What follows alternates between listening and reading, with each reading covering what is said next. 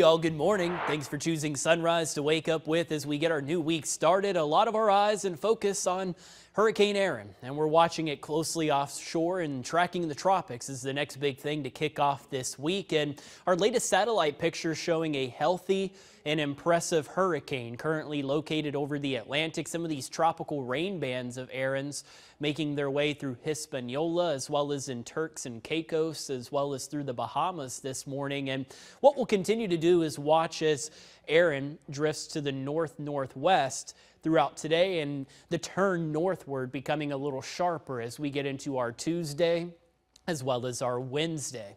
The latest advisory from the National Hurricane Center will continue this north to northwest motion through today, and then notice how it maintains its major hurricane status through at least Wednesday and into Thursday. From there, that's where we have this sharper northward turn that we're expecting. Now, as far as direct impacts and a direct landfall along the Carolinas, highly unlikely at this point as it stays well offshore. But with the size of the storm, that's why we've been talking about and keeping an eye out for the opportunity for rip current risk, as well as higher wave heights as Erin moves up the East Coast. As far as the sustained winds with Erin, that's going to be around the core of the storm. That's where we could expect some tropical storm force winds.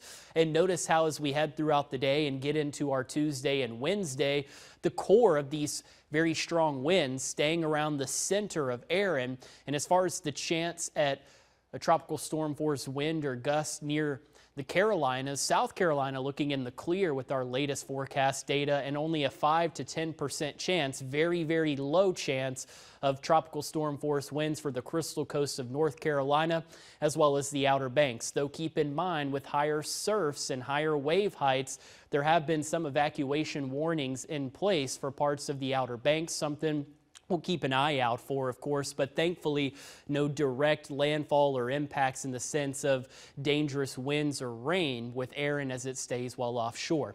Waking up this morning, a couple of clouds out there for us to start the day, as well as some patchy fog, and we've got temperatures in the low and mid 70s. It is a dry morning for us, and for a lot of us today, I think most of the day will be dry.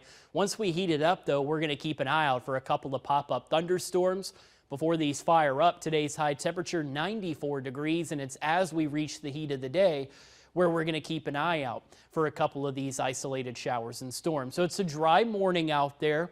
First Alert Future Radar does a great job of showing some of the patchy fog that we have in place, and then notice how as we heat it up into the afternoon, here's 2 and 3 o'clock on Future Radar. That's where 1 or 2 of these isolated thunderstorms will start to bubble up. And from there, we get a couple of these showers and storms through the late afternoon and early evening to drift across the Carolinas.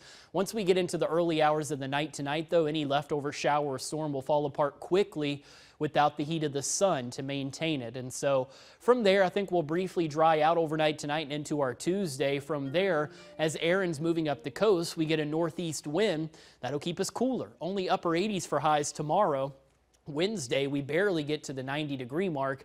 And then for the end of this week and into the weekend, a backdoor front drops in. That'll bring highs cooler into the 80s, but it also means better chances for a few showers and a few thunderstorms once we get into the weekend.